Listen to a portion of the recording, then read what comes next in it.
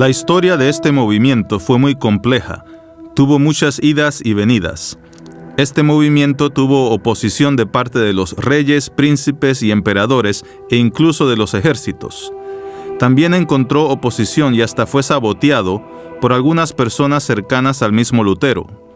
Y antes que terminara, al menos una parte de la Reforma estuvo al frente de una guerra terrible que implicó décadas de luchas y de la cual a Europa también le llevó décadas, si no siglos, recuperarse.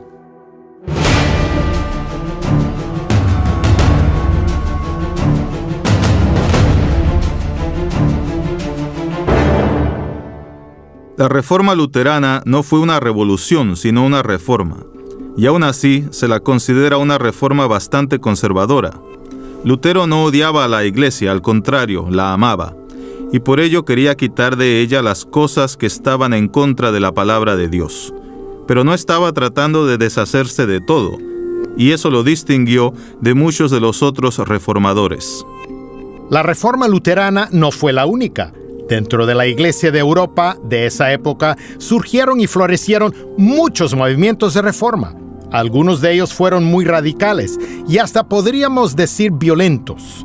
Algunos quemaban iglesias, estatuas y elementos litúrgicos de adoración. Así es que básicamente durante la mayoría de su carrera como reformador, Lutero tuvo de un lado al papado y del otro a esos reformadores que en nombre de la reforma estaban tratando de hacer cosas que no necesitaban ser hechas.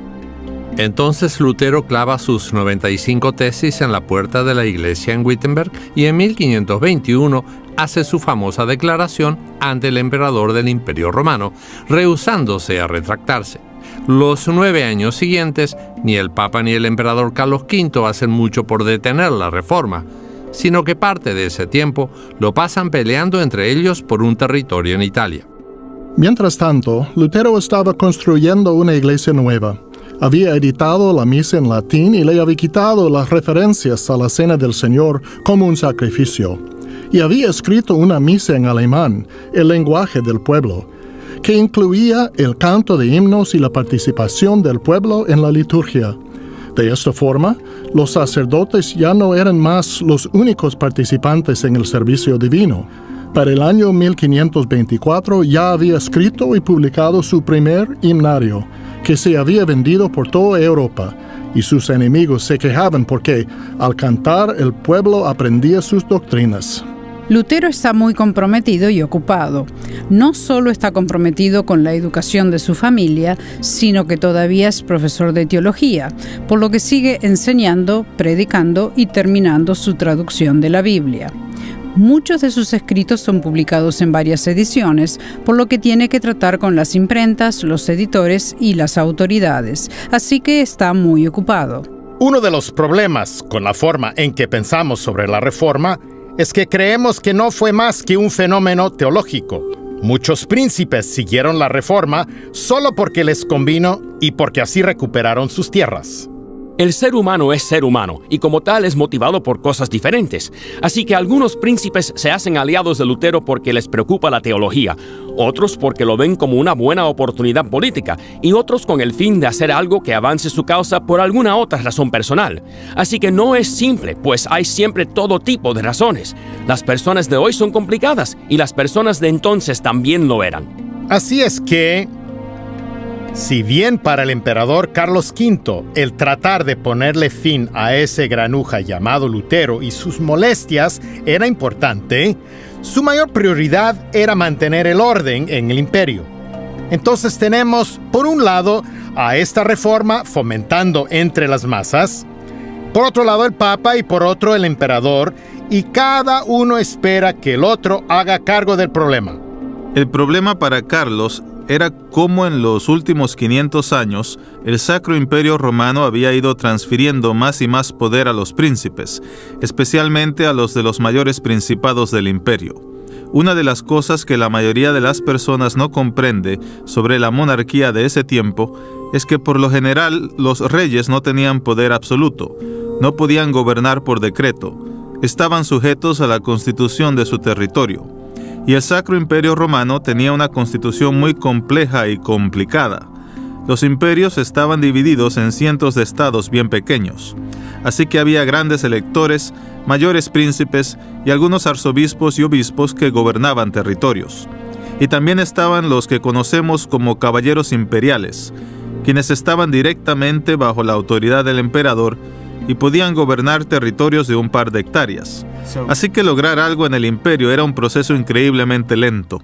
Eventualmente, Carlos V pide a los príncipes luteranos y a los territorios libres de Alemania que le expliquen sus convicciones religiosas con el fin de restaurar la unidad religiosa y política en el imperio.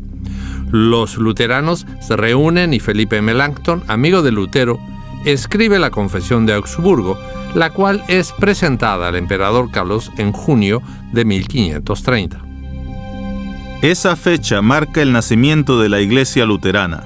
Allí es cuando los príncipes presentan al emperador la confesión firmada por la cual se habían jugado la cabeza, que representaba la enseñanza de sus iglesias basada en la palabra de Dios y centrada en la doctrina de la justificación por la gracia de Cristo, pero sin alejarse de la iglesia primitiva.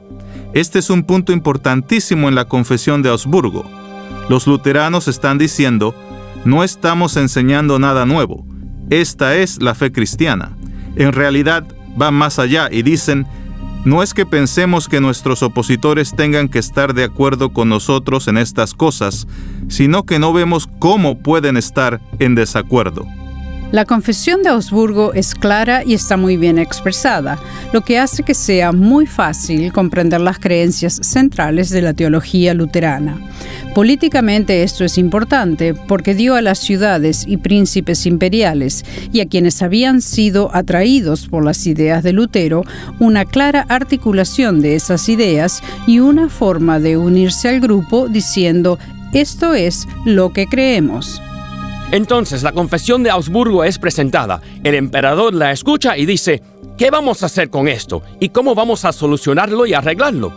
Así que se dirige a los teólogos que representan a la Iglesia Católica y básicamente les dice, ustedes tienen que responder a esto, háganse cargo por mí. Y así lo hacen, produciendo un documento llamado La Refutación, que es la respuesta oficial de la Iglesia Católica a la Confesión de Augsburgo, y que probablemente fue elaborado a las apuradas. La primera versión de la refutación que Carlos recibió fue tal desastre que dijo, tienen que arreglarlo.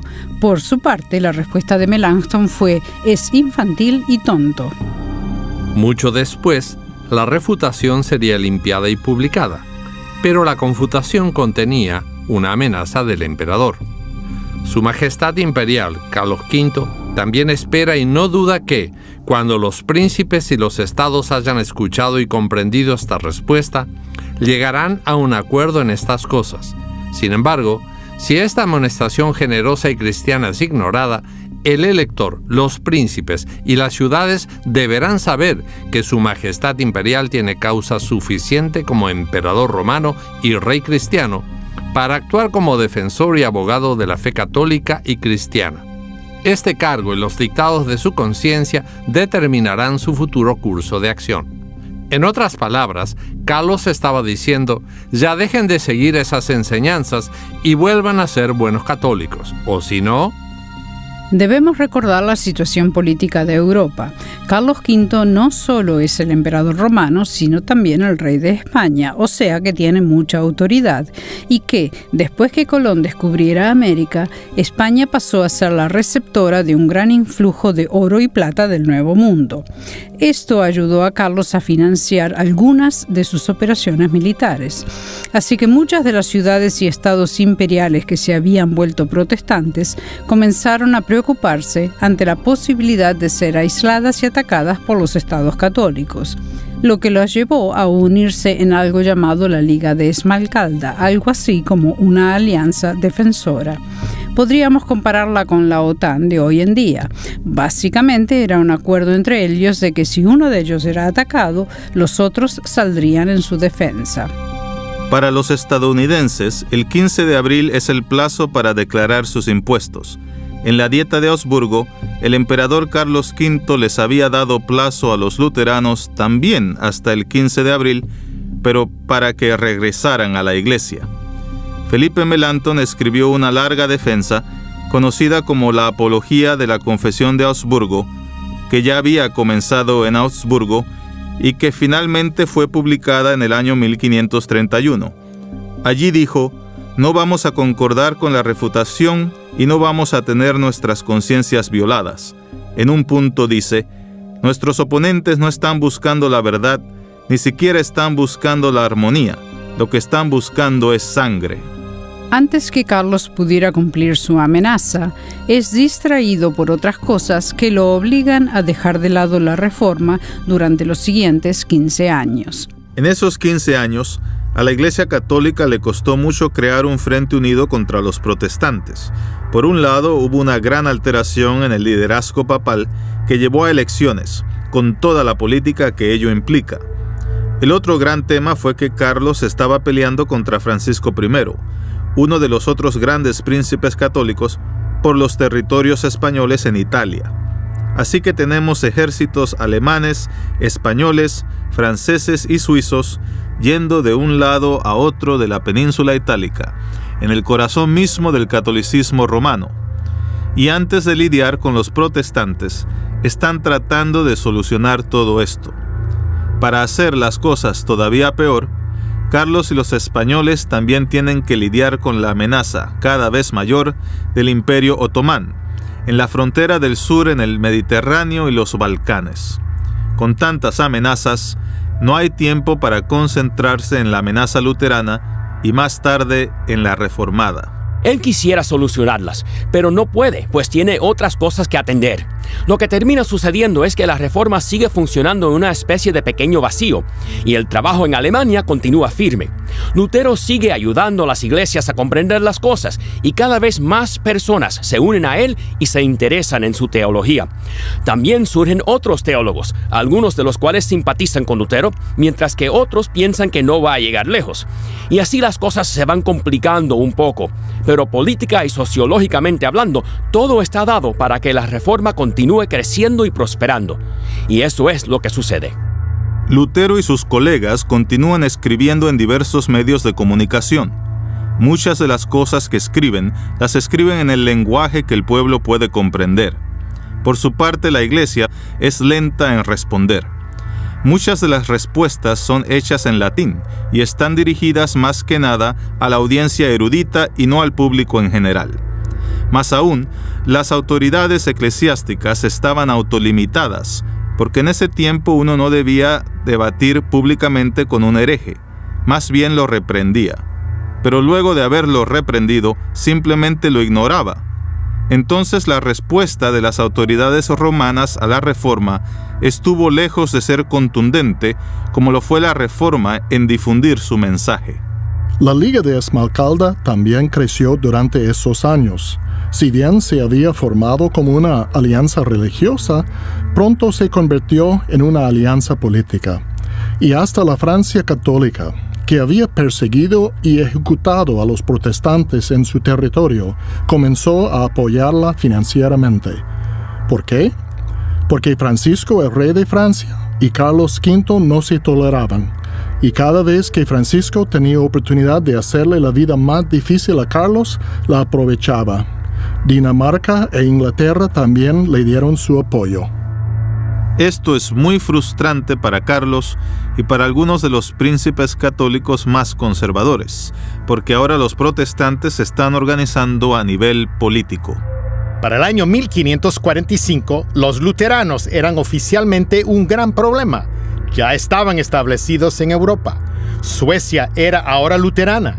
De los 7 electores, o sea, de los 7 que elegían al emperador, 3 eran luteranos. Inglaterra ahora era anglicana. Así que las cosas estaban cambiando para el Sacro Imperio Romano. Finalmente, en el año 1545, el Papa llama a un concilio a reunirse en la ciudad de Trento para tratar oficialmente el problema de los protestantes. Los territorios luteranos son invitados a enviar delegaciones, pero ninguno envía a nadie. Para entonces, la salud de Lutero había deteriorado mucho. A comienzos del año 1546 había predicado su último sermón en Eisleben, su ciudad natal. Esto y mucho más puede decirse del Evangelio, pero estoy muy débil, así que lo dejaremos aquí. Esas fueron las últimas palabras que Lutero dijo desde el púlpito, muriendo unos días después. Carlos había tenido suficiente. Hace la paz con Francia y luego forma una alianza con los príncipes católicos alemanes. También soborna al poderoso duque alemán Mauricio de Sajonia, ofreciéndole la tierra y el título de elector de otro príncipe protestante a cambio de su apoyo. Poco después de la muerte de Lutero, Carlos, España y el Papa envían tropas a Alemania. Ahora Carlos está pronto para lidiar con la Liga Luterana de Esmalcalda. Se empieza a ver una transición gradual en el discurso entre los católicos y los protestantes justo cuando comienzan a chocar cada vez más, y en lugar de hablar el uno con el otro, hablan el uno al otro. Esto hace que la relación se vuelva cada vez más tirante y difícil.